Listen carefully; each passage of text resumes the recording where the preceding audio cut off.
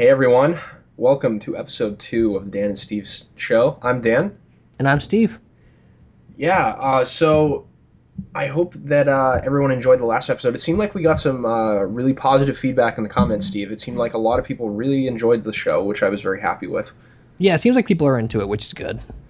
And we got a lot of requests in the comments too, and we'll definitely be taking those into consideration.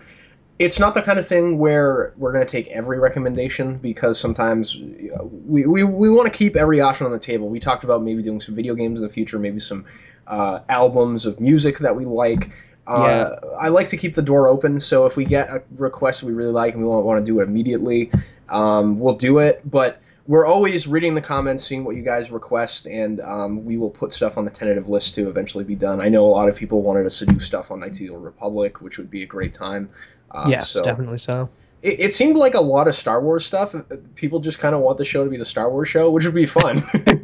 It would be kind of fun to do. And considering there's a movie coming out, there will be no shortage of material. That's very true, and I am embarking on the insane quest to try and read every EU book they're putting out. So I will have no shortage of material there either. But anyway, enough about Star Wars. We are onto Steve's uh, request or submission for the topic for this week. If you guys don't know, if this is your first episode, we alternate every week picking something to so we can expose each other to the stuff we like and things that we've never seen before. And Steve chose a miniseries from the '80s by John Ostrander. He's the writer of the book. It's the Deadshot miniseries. It's 4 issues long. DC Comics obviously published it, and Deadshot's character I have no kind of connection with. I'd never read any Suicide Squad stuff, but talk briefly about your history with the character, Steve. What do you with Deadshot? You a huge fan of the character? Yeah, Deadshot's probably my favorite villain in DC, right next to Ra's al Ghul, and the Joker. I love Deadshot. He's one of my favorite characters, and I didn't like him for a long period of time. There was that Gotham Knight Batman animated film that came out around the same time as The Dark Knight, and one of the shorts had Deadshot in it, and he was terrible in the movie. It was actually a pretty bad movie, but there's a great interview with Dennis O'Neil and Paul Dini and some other curators around that period that talked about how Deadshot's the ultimate personification of everything Batman hates, that being the bullet. So it instantly made him fascinating, and so I decided to track down some Suicide Squad comics, and ever since I've been just a big fan of the character. Arrow is a terrible show right now, but what they do with Deadshot has actually been pretty consistently good. Oh, cool. He's not a character that gets great adaptations like Smallville and Gotham Knight, and in Justice League he barely appeared, but he had a really good episode called Task Force X. But he's a really fascinating character, and hopefully you agree after reading this miniseries.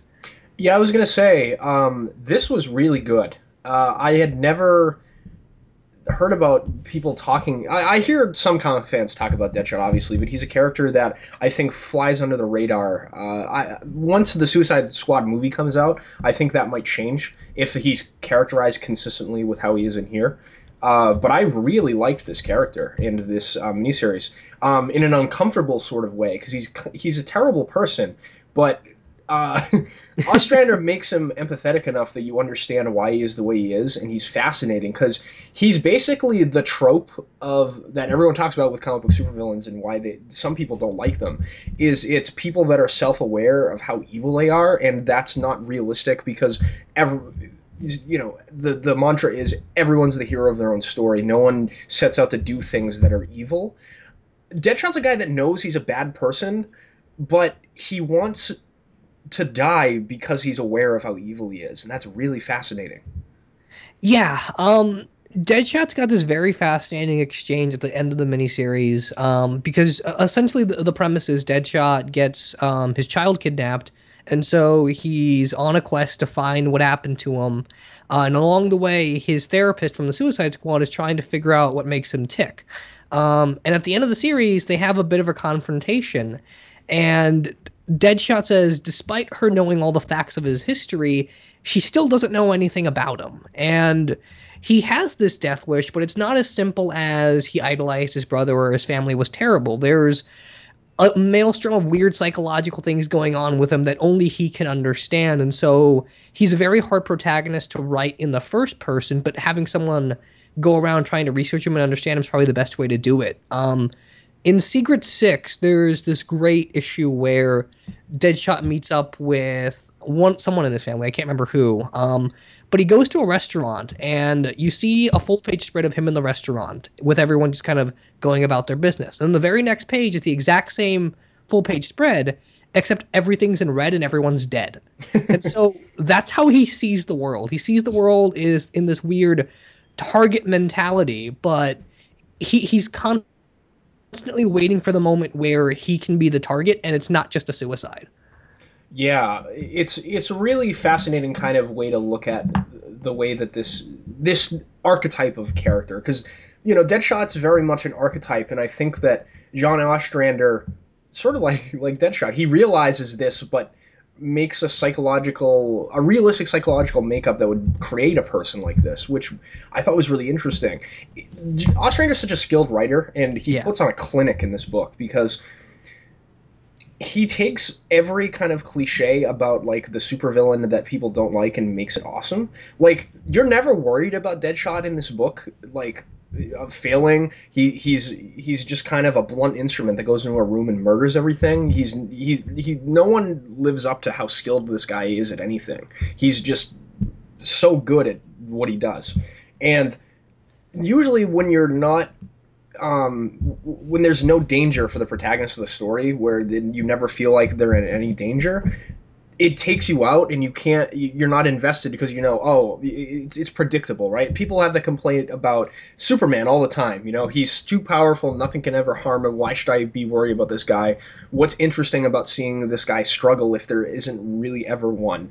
And the cool thing about this Deadshot miniseries is the same kind of thing is going on here, where Deadshot's just coldly murdering everyone. He's kind of like Boba Fett, the guy in the room that is going to succeed, but you're rooting for him because the people that are sort of pulling his strings and trying to manipulate him are worse people in a lot of ways, and it's just satisfying to see some of the people in this book get what was coming to them, and it's kind of a sick and twisted thing, obviously, and you feel uncomfortable for rooting for him, but that's the genius of it, I think.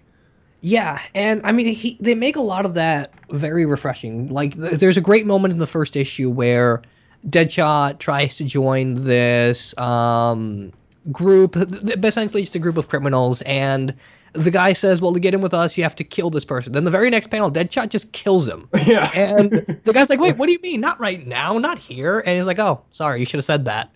Um, and it's interesting. They never pull their punch. Ostrander never pulls his punches with Deadshot. There is no point where he's sitting there kind of acting remorseful or broody or feeling sorry or hesitating.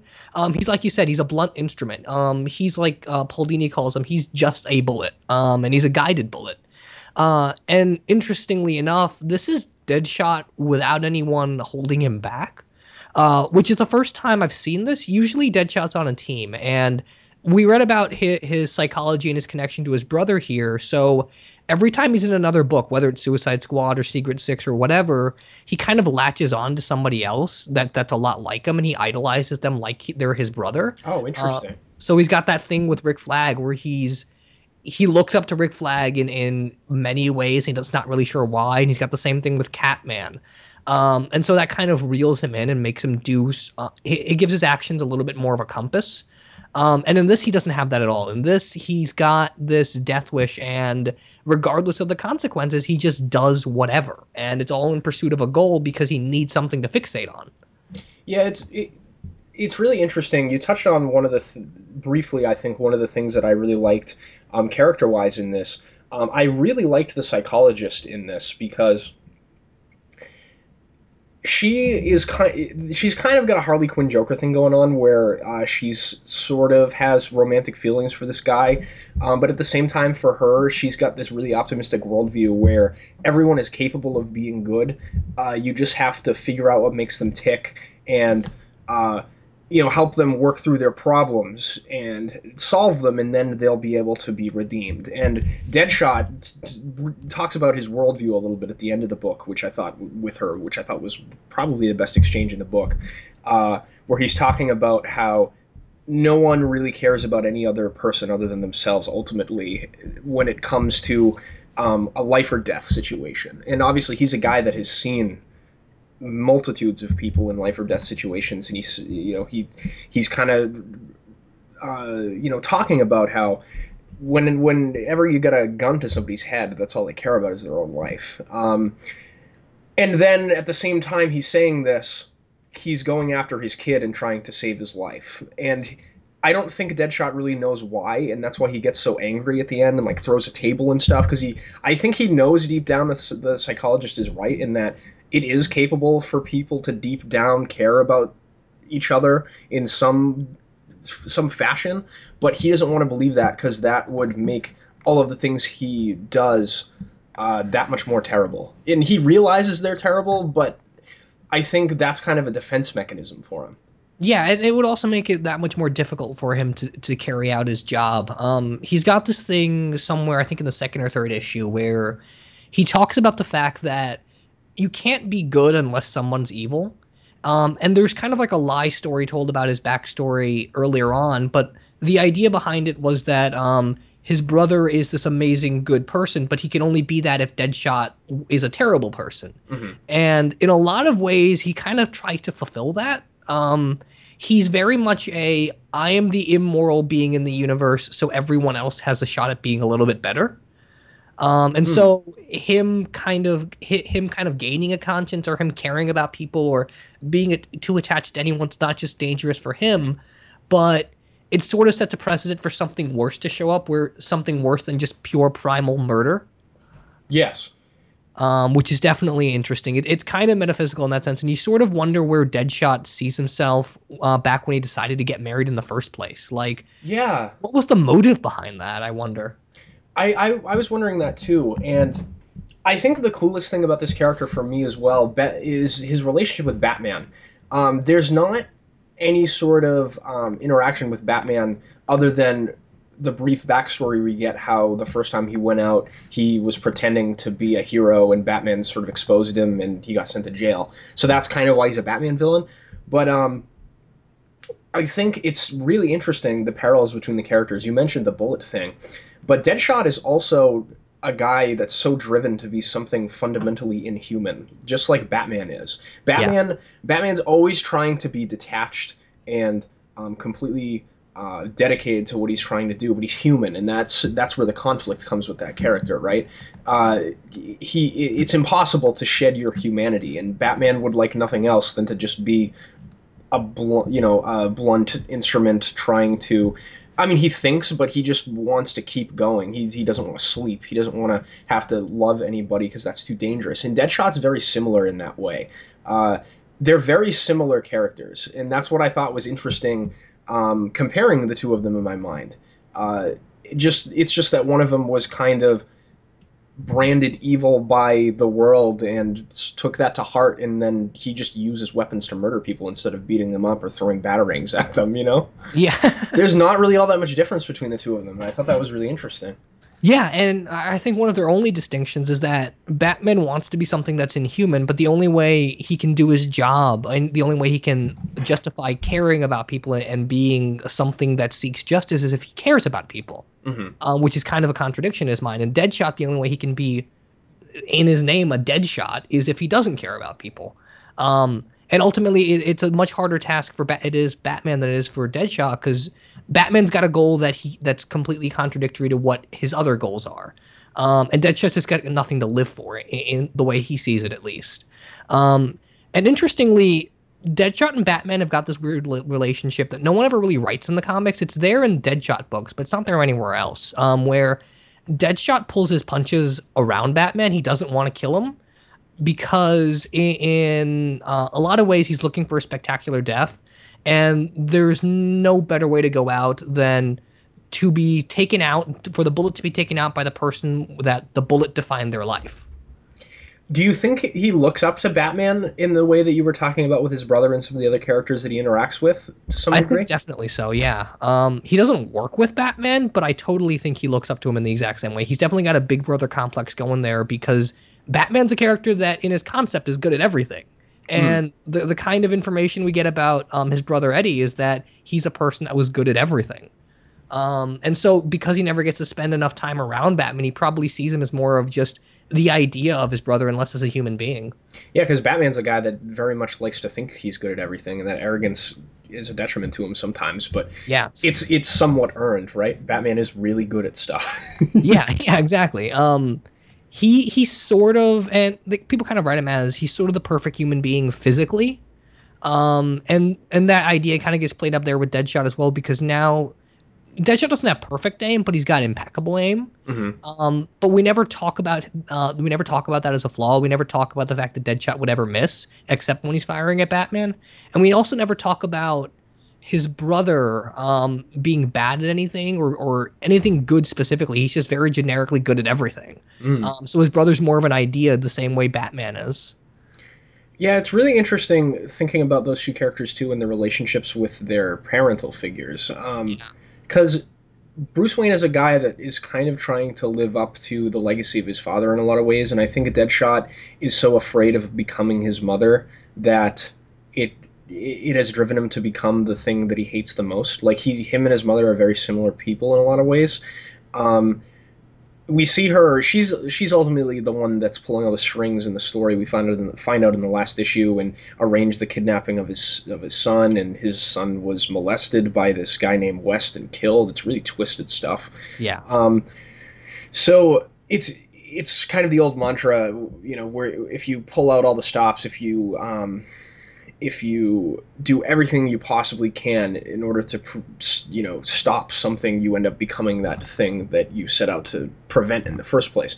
And I think Deadshot is he doesn't like being around his mom. She lives as a recluse and he never goes to see her. It's mentioned that she hasn't seen him in like 20 years.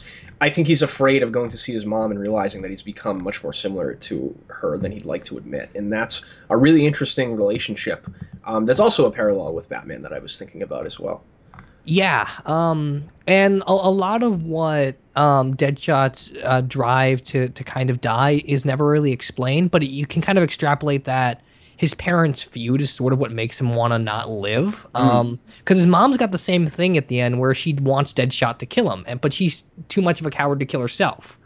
Or however you want to read that, really. Yeah. So because you could read it so many different ways, just depending. But like she can't kill herself the same way Deadshot can. So they both want to die through some kind of large contrived means, and you wonder at what point is he proving her right and at what point is he proving her wrong? Because the whole thing the therapist says is that if you kill her, you become just like her. But does he really? If he kills her, would he not, in some way, be a little bit free from that influence just because she's not alive anymore? And then at the same time, if he does kill her, then it kind of justifies his need to at some point get a grand end because he now sees that it's possible.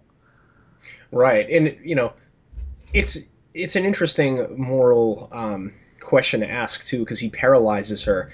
Um, I don't think she's a vegetable paralyzed. I think he meant No. to do it like he did like what happened to his father when he was shot in the back and now he's in a wheelchair, um, which is really the worst fate. You know, Yeah. did was paralyzing her really like the thing that I mean, I guess if you think about it, paralyzing her is probably worse because for her, and she's not getting what she wants. So maybe that was the right choice to go with. But um, I don't know.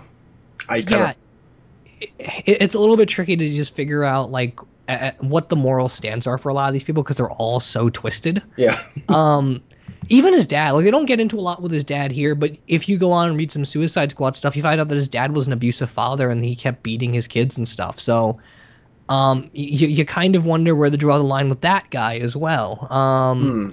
And again, this is more about the mother relationship than it is about the father relationship. But that's interesting because there's a lot of subtext with improper relationships or just detrimental relationships, like the therapist getting involved with Deadshot and Deadshot and his mother, and then the guy that molested his son, and just an interesting commentary on the fact that everyone needs a connection, but not every connection's the right one.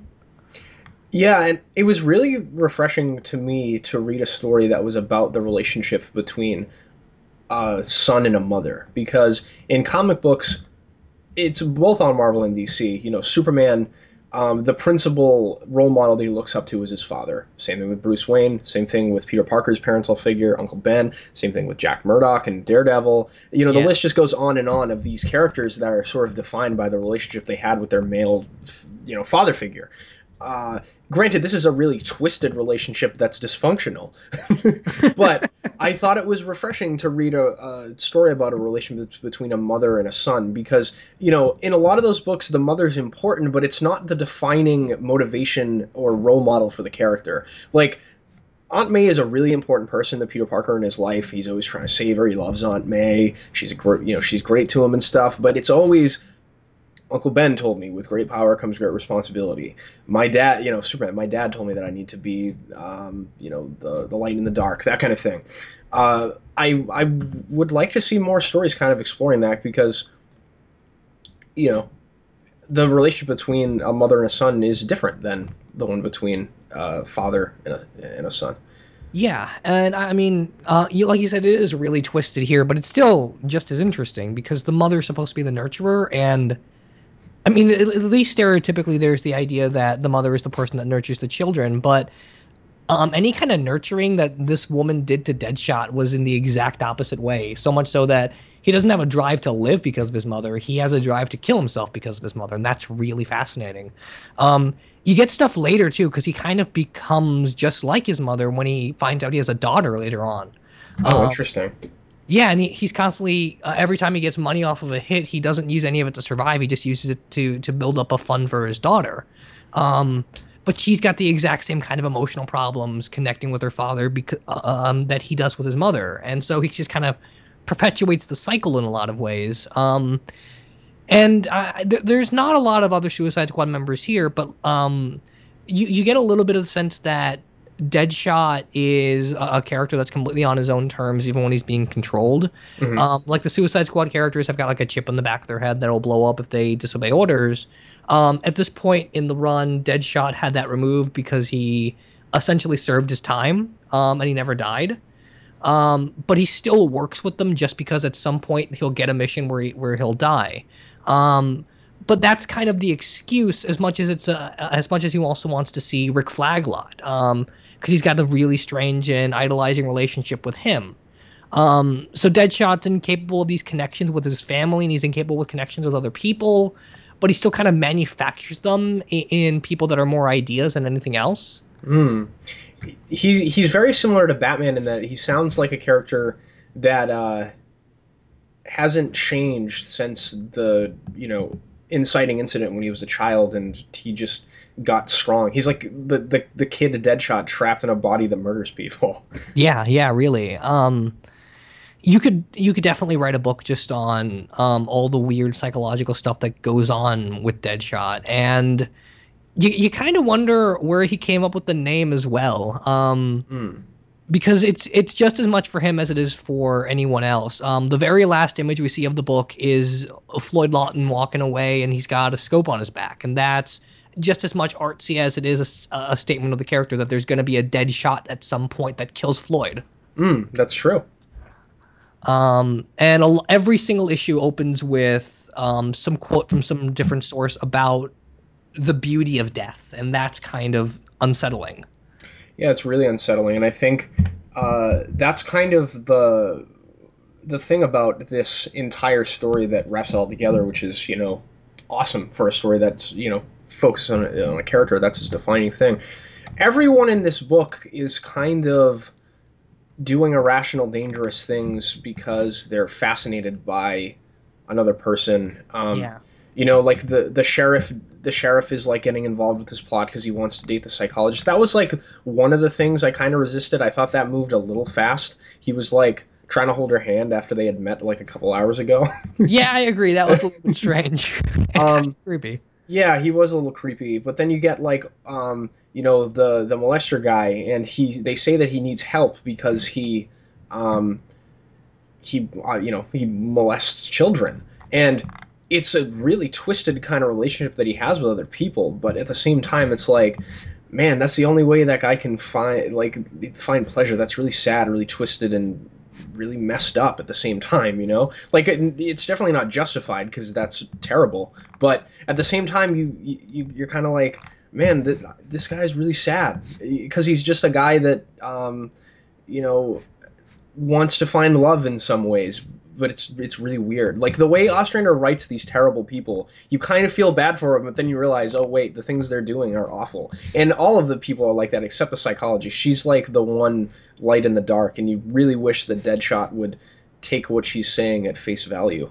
Um, Yeah, and I think a lot of these characters have got that. Like if Deadshot's parents would just let bygones be bygones and kind of move with the town because they don't control it anymore. If Floyd would just kind of work with the psychologist, and if the molester guy would just work with his brother, because when Deadshot's blowing him apart with his wrist magnums, he's screaming for his brother. yeah, And that's kind of unsettling. and I And and you I got like the assistant guy that yeah. Deadshot blew his hands off, and they've definitely got a little bit more of a protective relationship until Deadshot turns them against each other. Yeah, it's all about sort of the fracturing and dysfunctional nature of interpersonal relationships. A lot of the superhero stories are about the positive nature of those kind of relationships. With Batman, the fact that he's not able to connect, especially with the Robin characters or the other characters in the Bat family, comes and bites him in the butt a lot of the time.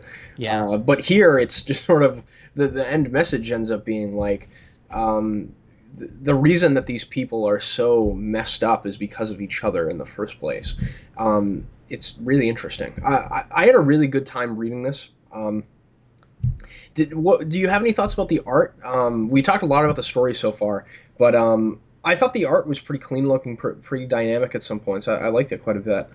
Yeah, I kind of wish it was a little bit more 80s grimy, like almost Mike Grell kind of style, because I think that would maybe fit a little bit better. Hmm. But at the same time, yeah, I did really enjoy the art. There were some great spreads or some great shots of just Floyd standing.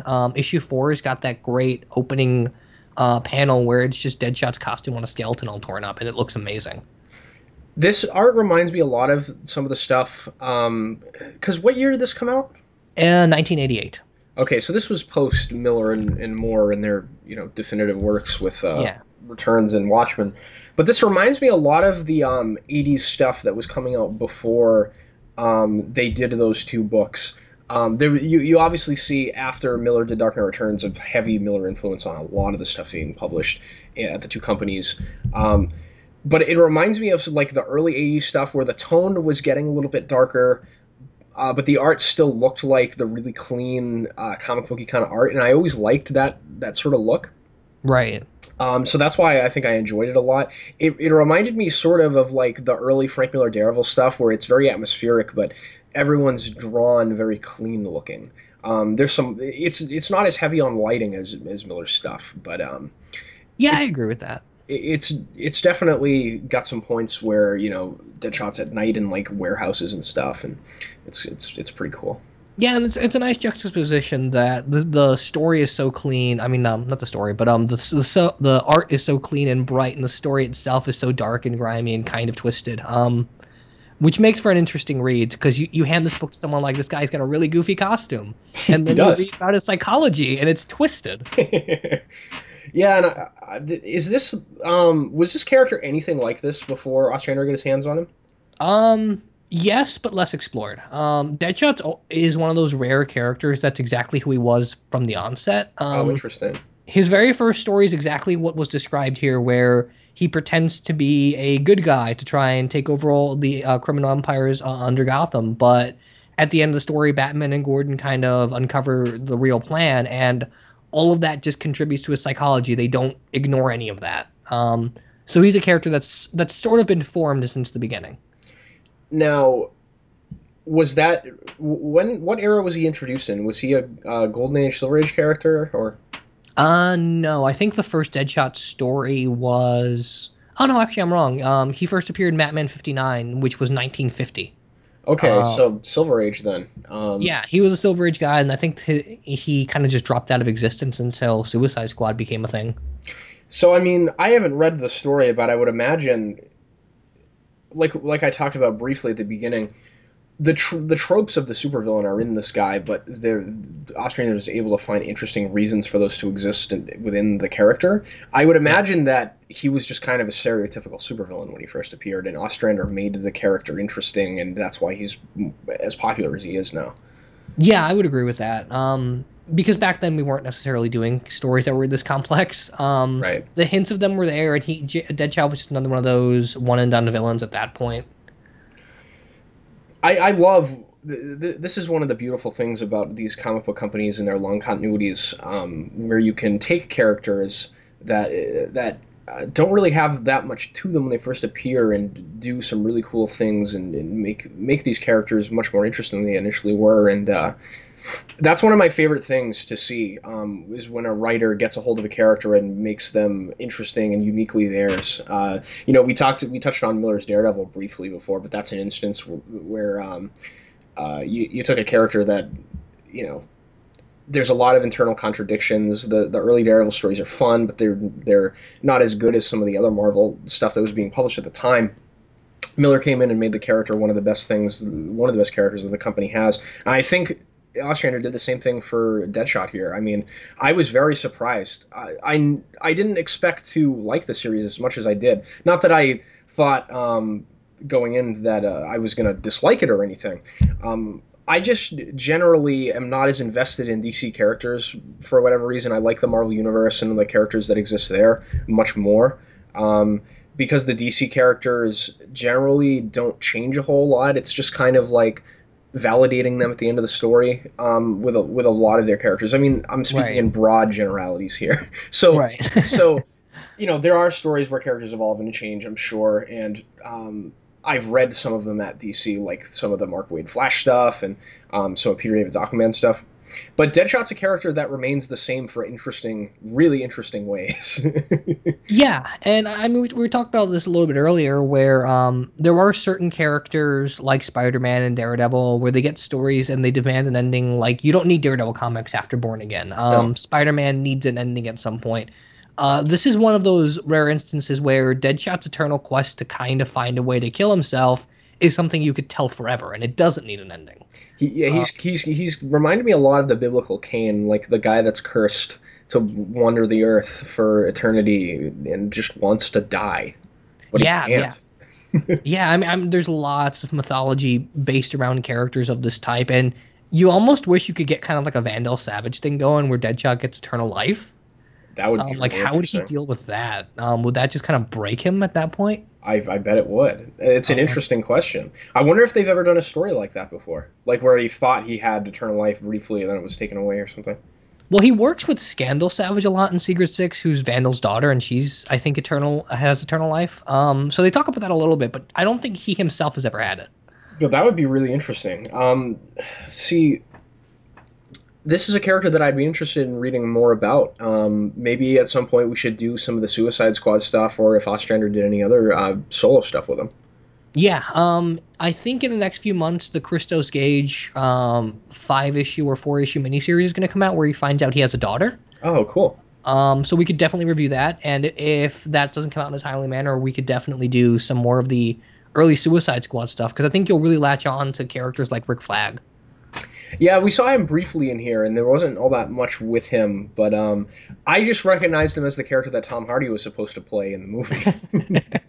Yeah, he's definitely got a really interesting psychology as well, and Captain Boomerang and Deadshot have a really fascinating history where somebody stole Deadshot's costume, and Deadshot killed him, and so he has this mental image of it in his mind of Deadshot killing Deadshot.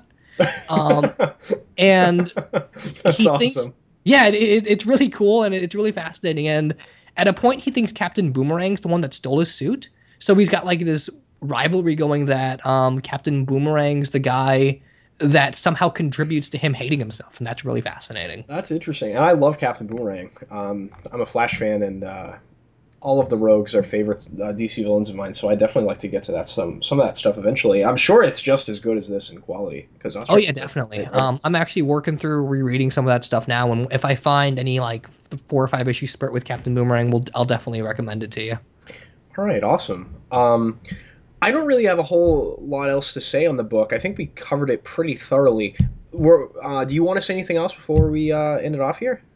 Um, no, just that everyone go and demand Suicide Squad trades from DC because they do not print those, and it's really annoying. I would imagine they have to start reprinting that stuff now that the movie got announced, and we're gonna be seeing a lot of the characters that are on that team in the movie. So Yeah, hopefully so. Although hopefully we don't reinvent the new continuity Deadshot to be based on Will Smith, because I think that's the biggest miscasting they've got in that movie. yeah, now that I've read this, I'm much less happy. I mean, not that I was happy about Will Smith being cast in the first place. I just didn't really care, Yeah. because I didn't know any of the characters obviously other than like Joker and Harley Quinn. But I don't see Will Smith playing a character like this. No, not unless you fundamentally change who Deadshot is. And I don't want that. I think Will Smith is much better for characters like Captain Boomerang. Heck, I think he could play Rick Flag if he wants to, but Deadshot demands someone that's a lot darker than Will Smith's ever done. Yeah, and I would imagine that the costume is going to be fundamentally changed so we can see Will Smith's face the whole time, which is I kind of hope not. disappointing. Yeah, because I really like his costume. It's one of the goofier but also really cool costumes because he's got giant wrist magnums. What's not cool about that? That is awesome. They get Ostrander gets a lot of kind of black comedy mileage out of that fact, where he's just like you mentioned earlier. It's like the Joker sense of humor, where it's so twisted that you have to laugh at it, where he just shoots people, immediately. He doesn't beat around the bush at all. It's kind of Yeah. funny, but twisted at the same time. Yeah, yeah. It can be a lot of fun, and it can also just be equally disturbing. Like when you're watching him blow someone's hands off. Yeah, exactly. Uh, so I think we're both highly recommending this series. Yes, It's definitely really so. great. I'm so glad that you picked that, Steve. Thanks for recommending it. Yeah, I'm glad you enjoyed it as much as you did because I wasn't sure what exactly we were gonna think immediately. Yeah, I mean, I know good writing in comics when I see it, and I just couldn't deny how great this was. I'm definitely intrigued to read more because generally, I think maybe it's different now, but a lot of mainstream continuity stuff with DC doesn't go this twisted and dark, and this was really twisted. It was interesting. Yeah, I don't think even Marvel, I haven't read a lot of stuff that ever goes this dark, but as subtly. Like we get some overt stuff, like over the top violence and such, but to kind of not show as much as they did and at the same time explain as much as they did and leave it to your imagination, it's definitely one of the darkest things I've read. I think that's more effective when it's left up to our imagination. Like we don't see his kid get killed or molested or anything, but it's heavily implied, and they even come out and say it towards the end that that's what happened, and it's all the more disturbing because of that. Yeah. It's great stuff. Um, so anyway, we're coming away really positive on this.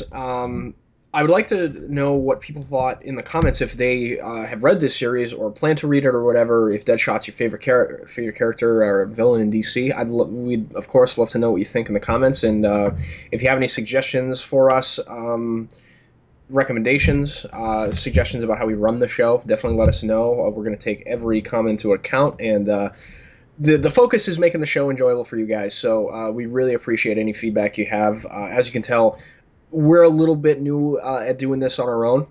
We usually have the good captain steering the ship for us, so it's a new experience for sure.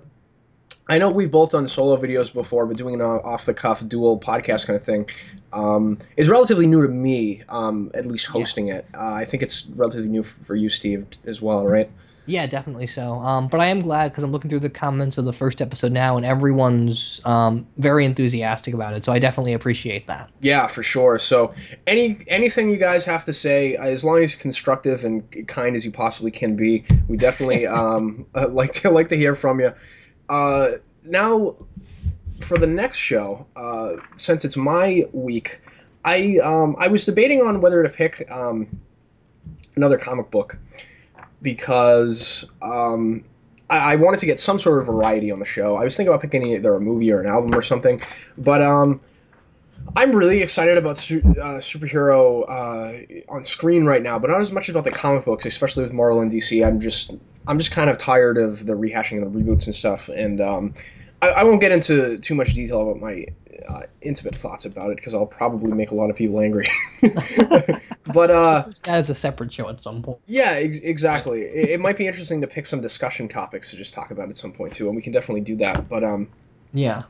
I wanted to. I just kind of wanted to be a little bit more positive about comic books and go and revisit some of my favorite stories from the past and my favorite characters that made me a fan of this stuff in the first place. And Doctor Strange is one of my favorite Marvel characters. It's a character that not a lot of people are big fans of. Like I know people are aware of Doctor Strange, and they know he's the magic wizard guy from Marvel that they bring in whenever they need some sort of plot contrivance. But there's actually really great stories told with the character, and he's one of my favorites. He's obviously a Steve Ditko creation, along with Stan Lee, the two guys that created Spider-Man. So that sort of initially drew me to the character, and I loved their run, but also I wanted to revisit a story that I don't think a lot of people have heard of with Doctor Strange. I think it's really great. It's a nice standalone story, and I figure it'd be good to talk about this, especially since the movie has been announced. Cumberbatch is playing Doctor Strange. People might be interested in him soon, so I thought it might be cool to revisit a Doctor Strange story, and I chose A Separate Reality. It's by Steve Englehart and Frank Brunner. This was, I think, in the mid '70s, maybe late '70s. Um, it's basically a story about Baron Mordo and Doctor Strange traveling through time, chasing somebody. It's kind of a man on the run from Doctor Strange and Baron Mordo kind of story. It's really fun. The ending revelation. I debated on whether to spoil it to Steve or not, but I'm not going to because it's kind of the most interesting thing in the story. It's cool because the book doesn't really get cerebral until you figure out what the twist is, and it's really interesting. It's a really intelligent story. There's a lot of ideas to think about in it. I think you'll enjoy it, Steve, because of that. Um, Yeah, I'm definitely looking forward to it. yeah, it's not all that heavy on characterization, but it's got a lot of ideas in it. The plot is really interesting. It asks a lot of questions about humanity's place in the universe and stuff. It's Doctor Strange is a very out there conceptual kind of thing, and the ideas that it deals with, as opposed to some of the other Marvel characters where it's smaller and intimate. And that's what I've always liked about Doctor Strange, and maybe that's why he hasn't resonated in the same way that some of the other Marvel characters have. But um, I could go on all day about Doctor Strange. But anyway, that's what we're picking for next week. I hope you guys like the choice. I hope I didn't alienate people by picking a relatively obscure story and character, but hopefully you guys enjoy the discussion in any case. Um, I'm looking forward to talking about that one with you, Steve, and I'm going to be really interested to see what you pick for your week because you started off with a bang. You picked something fantastic. I can't wait to see what next thing Steve's exquisite taste selects for us for our discussion. Well, I hope you keep picking stuff like Doctor Strange though, because that's a character I always wish I could get more into. So that's definitely going to be fun to broaden our horizons. Yeah, I think at some point it would be really fun in alternate weeks, maybe take one of our favorite runs and just go through it alternating week to week. Like, just do if we were to do like for example, this isn't what we have to do, but I could pick like Lee and Ditko Spider-Man. You could pick Morrison's Batman or some other Batman run that you like, and just alternate Yeah. doing that week to week until we're done with it. I think that would be really fun at some point. Yeah, that'd be great. Like a summer project or something like that. That'd be awesome. Oh yeah, definitely. But anyway, we're getting a little bit over time here, folks. I think that's all we needed to say. I hope you guys enjoyed the show. Yeah, thanks for joining us again. All right, take it easy, guys. We will see you next week for Doctor Strange: A Separate Reality. See you later.